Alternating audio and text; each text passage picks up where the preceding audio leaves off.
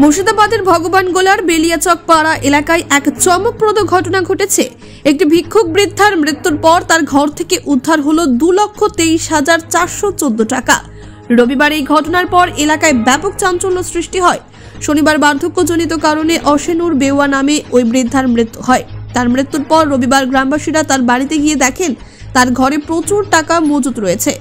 অবাক হয়ে তারা গুনে দেখেন বৃদ্ধার বাড়িতে খুচরো পয়সা সহ মোট 24,800 টাকা রয়েছে।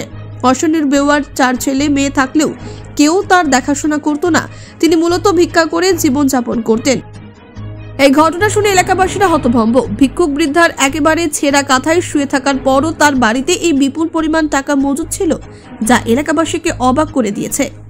Bureau report, Bangla digital TV.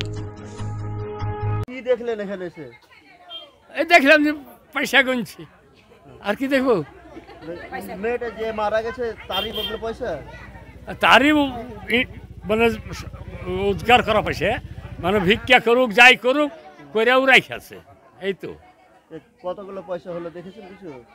দেখুন দুটা পুটলি হইলো এখন গোছাল করে। খুচরা পয়সাও আছে না? হ্যাঁ, আটানা থেকে শুরু করে 50 পয়সা থেকে 500 টাকা নোট পর্যন্ত সব রকমই আছে। কি নাম আপনার? হাজি মহসেন।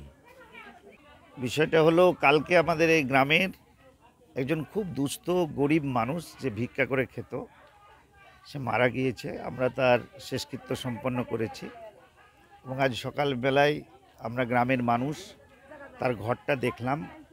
একটা বাক্সের মধ্যে অনেক খুচরো পয়সা, 50 পয়সা, 1 টাকা, 2 টাকার নোট, আপনার 10 টাকা 20 টাকার সব নোট আমরা পেলাম। তাতে টোটাল 2,23,414 টাকা।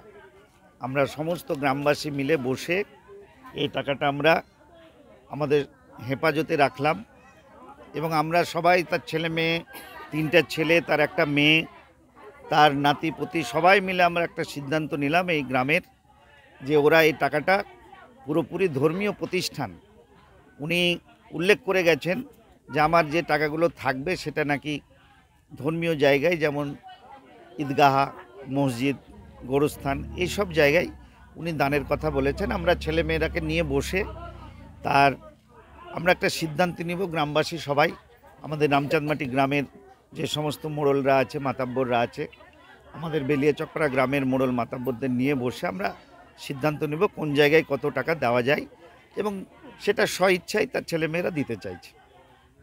কি নাম আপনার? আমি সাবিরুল ইসলাম, এই গ্রামের মোড়ল।